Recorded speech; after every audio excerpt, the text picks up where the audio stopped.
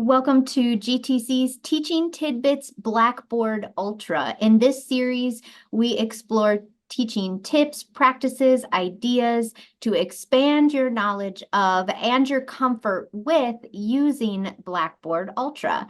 I'm joined by Lee McMinn from the Curriculum and Instructional Support Center. Welcome, Lee. It's nice to have you today. Thank you, Rachel. It's always good to meet with you and share this information.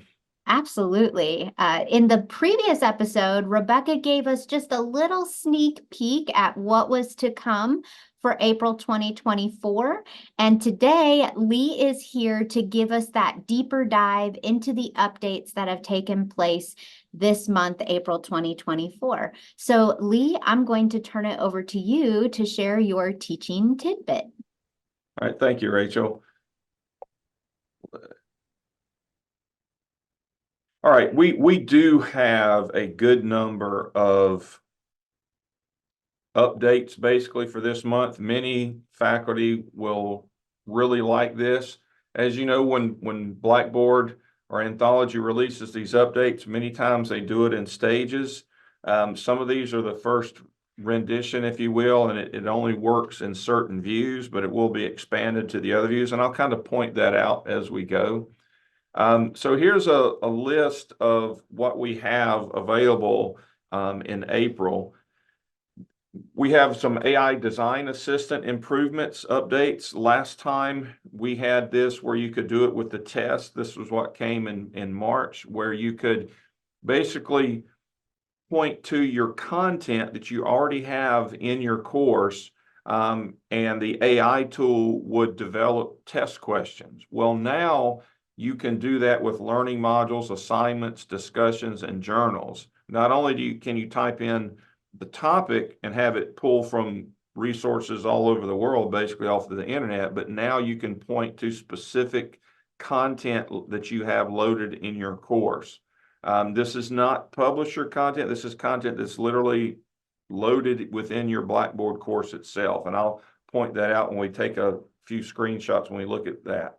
Other things, default test quiz question point values that in the past, whenever you would create a new question, the default point value was 10 points. Now that is 1. Whether you add questions to a new test or an old test that you're updating, the default question point value will be 1 point. Big question now, people say, well, I want to need to edit all the point values. I want to be able to edit multiple point values. That's coming, but probably not until the summer. Duplicate questions in test quizzes, forms, and question banks. So let's say you have and we'll dive into these a little bit deeper, so I don't go too deep right now. Likert answered options, like if you use a form/survey, before when you chose a Likert question value, you could, from worst to best, there was only 3 options or 5 options. Now there's 4 and 6. So it basically breaks that down, and we'll look at that.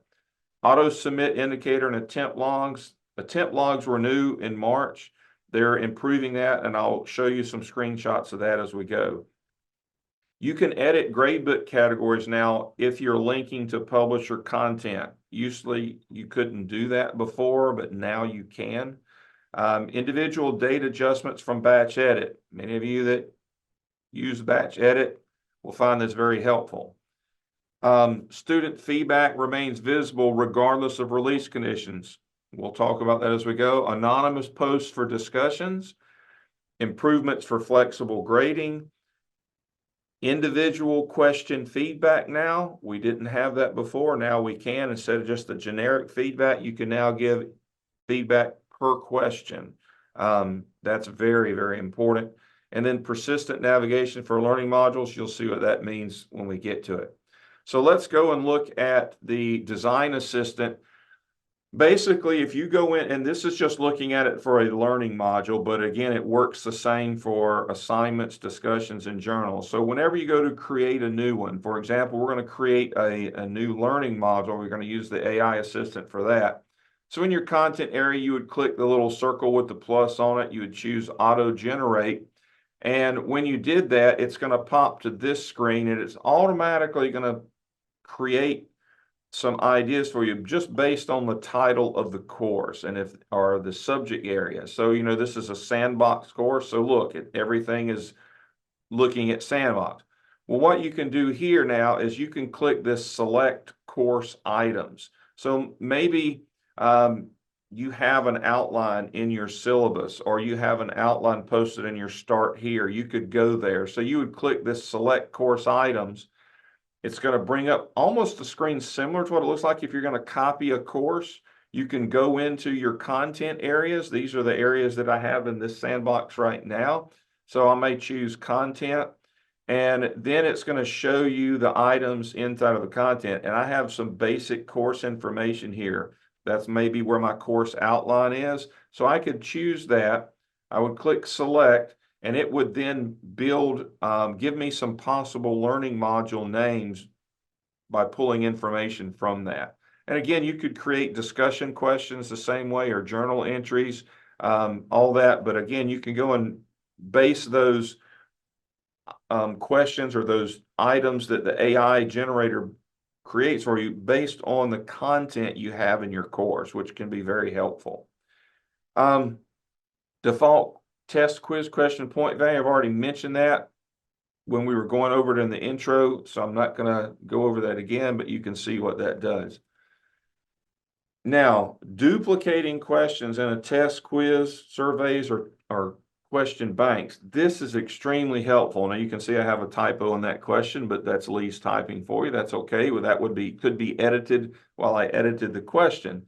But now when you click the three little dots, the more options on a test question, you'll see an additional option right below edit, and that's duplicate. So what's going to happen is when I choose that, it's going to duplicate the question.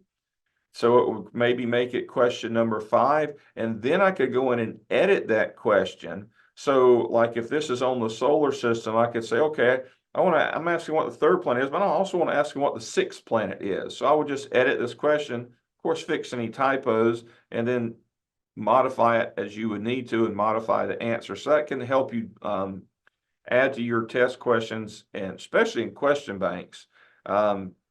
You can create more question capabilities there. Auto submit indicator in the attempt logs. Now, again, this is new, so I'm going to point out how you get to those attempt logs. Basically, you would go into the Gradebook. You would click on the item that you wanted to see the student's attempts at. And so I'm looking at this solar system quiz, and I can see that this student here has already taken it. They complained that their test just shut off on them automatically. That doesn't really happen unless they lose internet connection. So I can click the more options, the 3 dots, and I can view the attempt log. Now this test was timed. It had a timer. So when I go to view the attempt log, this is very similar to what we had in original. You can see as the student goes through the test, and at the very bottom, you see it says auto submit. That means the timer ran out on them, basically. So you would tell the student, sorry, Lee, or whomever, that it appears that this auto submitted. You basically ran out of time. And you can see other information about each question that they did on the test. So we're really growing and improving on these attempt logs and making those better as well. Now, editing gradebook categories for maybe items you have coming over from a publisher. Right now, this is editable from the grid view, or I should say just from the gradebook. You can do it from the grid view, or you can do it from the list view, but not from the content area. So what you would do is you would come in here at the grid view. I just clicked on the column header. There's edit, so I choose edit. And now you see here in the grade category, you can now edit that. If I clicked on this, it would show me a list of all the categories available for that course. I could select the appropriate category and then click save. And now I can change categories. We didn't have that capability before, so this is really some good improvements. Individual date adjustments. Again, I'm going to show you how you get to batch edit. So from here on, from your content area at the very top right, where you see the course content header, you would click on the more options. That's again the 3 horizontal dots, and you would choose batch edit. Now, when you click on batch edit, it's going to bring you to the batch edit screen. It's going to show you all the items in your course. If they're in a folder, for example, like this you just shared quiz, that's a folder, and it means it's not visible. I could change that if I wanted to by selecting the checkbox and clicking the edit visibility at the bottom. On the far right, this is how you can change an individual item. If I wanted to change multiple items, I would just select the checkbox and edit the dates appropriately. But for example, let's say the solar system quiz, if I wanted to change the due date or if I wanted to add some conditional releases to it, like show on and hide after dates, I would click this little calendar icon on the far right-hand side. When you do, it'll expand that item. I could update the due dates and due time if I wanted to add a show on date, meaning they don't see it before that date.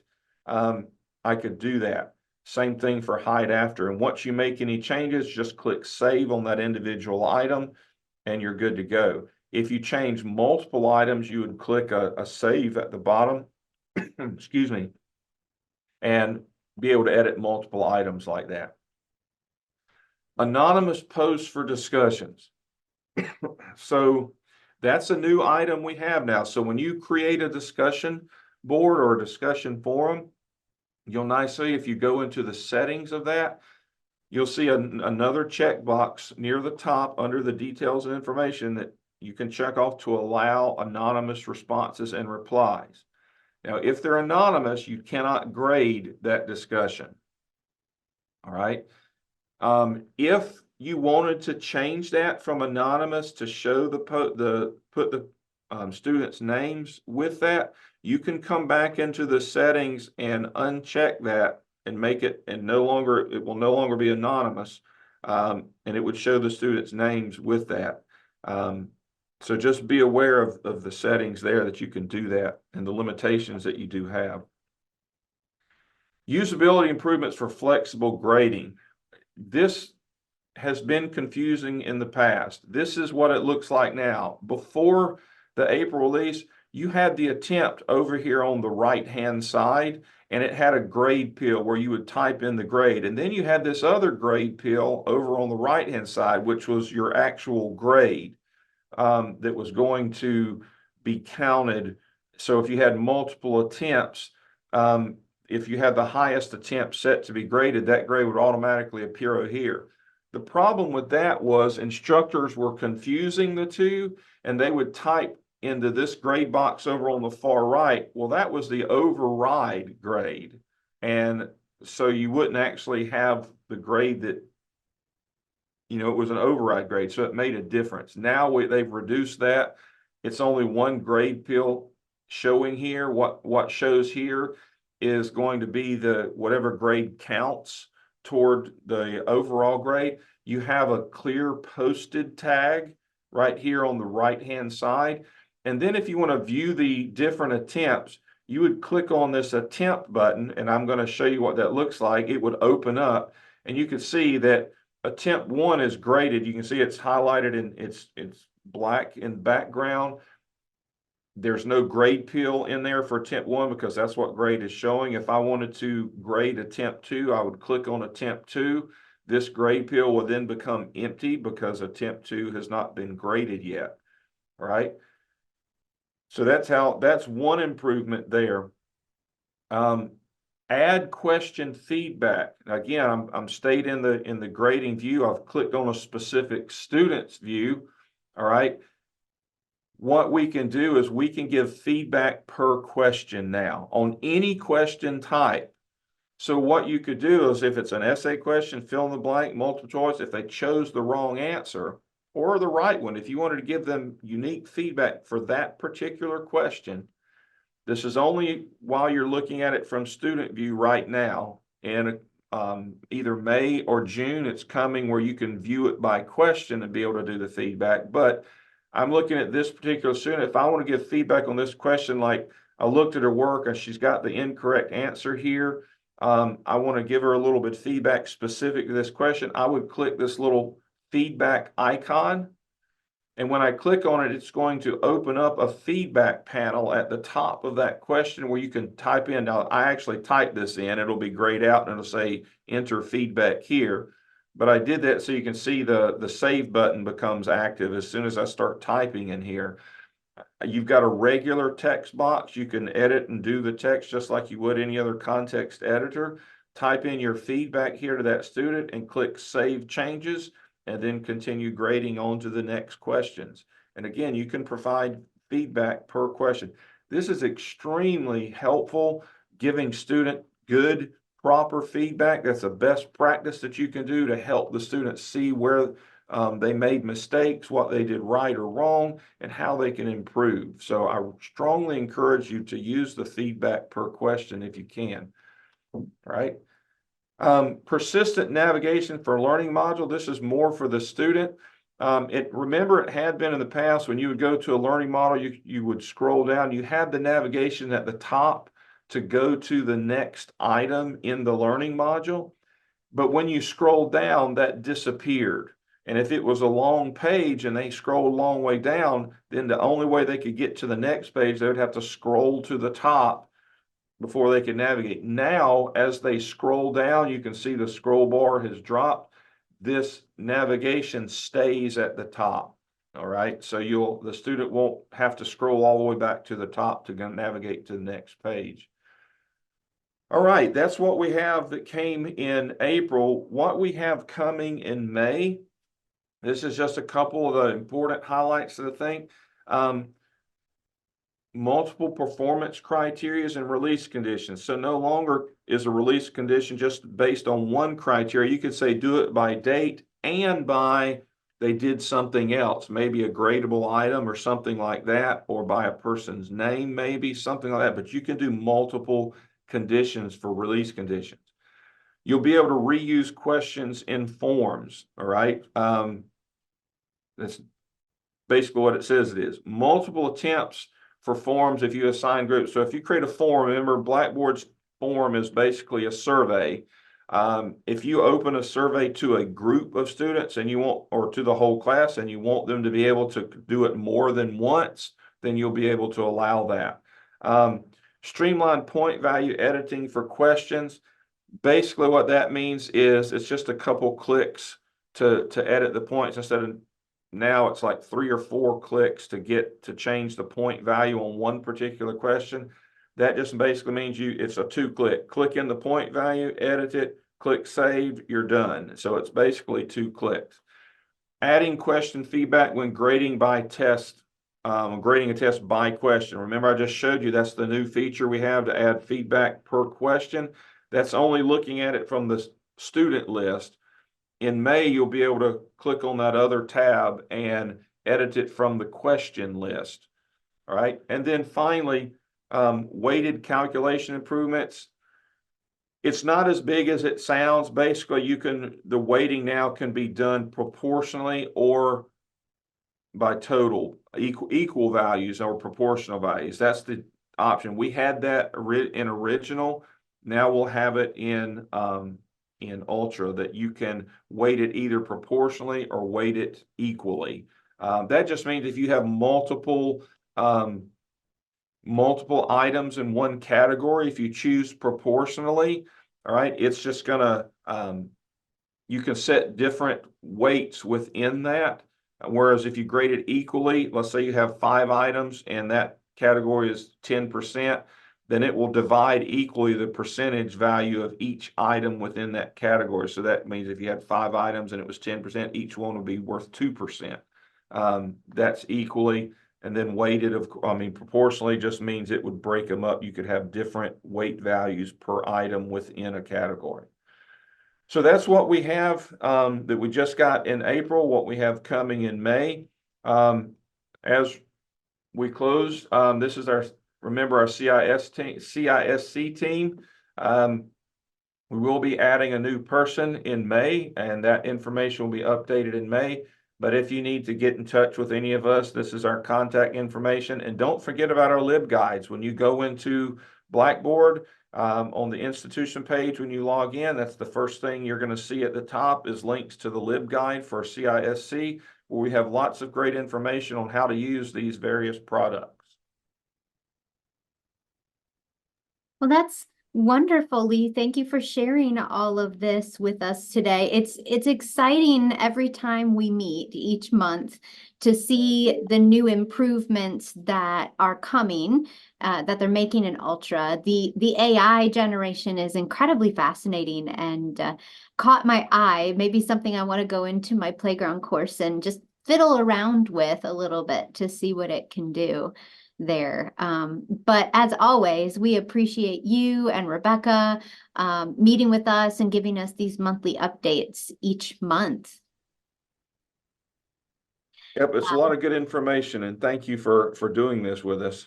Yes, and that's a lot of information for you to prep for us. So the screenshots and everything just add that extra layer of understanding there for us.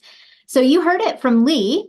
If you would like to continue the conversation, you can reach out to any member of the CISC team. Lee and Rebecca are the two major Blackboard gurus, as I call them. And you see their contact information here on the screen, lee.mcminn@gvltec.edu and rebecca.roth@gvltec.edu. And of course, you could also just reach out to their CISC email, CISCstaff@gvltec.edu, and a member of the team will connect with you to assist you or to chat with you regarding your questions or the assistance that you need. Also, Lee mentioned their LibGuide. Yes, you can access it in Blackboard. You can also find a link to their LibGuide in the description and notes below this video. So easy access to that and explore the great amount of information and helpful resources that they've made available in that LibGuide on a variety of different topics. And of course, if there are specific things you'd like us to do a deeper dive into, Gradebook, test questions, etc., please feel free to let me know, rachel.cobb@gvltec.edu, and we will be happy to do some separate short episodes that do some of those deep dives for you as requested. Well, that's all we have for this month's GTC Teaching Tidbits Blackboard Ultra episode, and we will see you next time.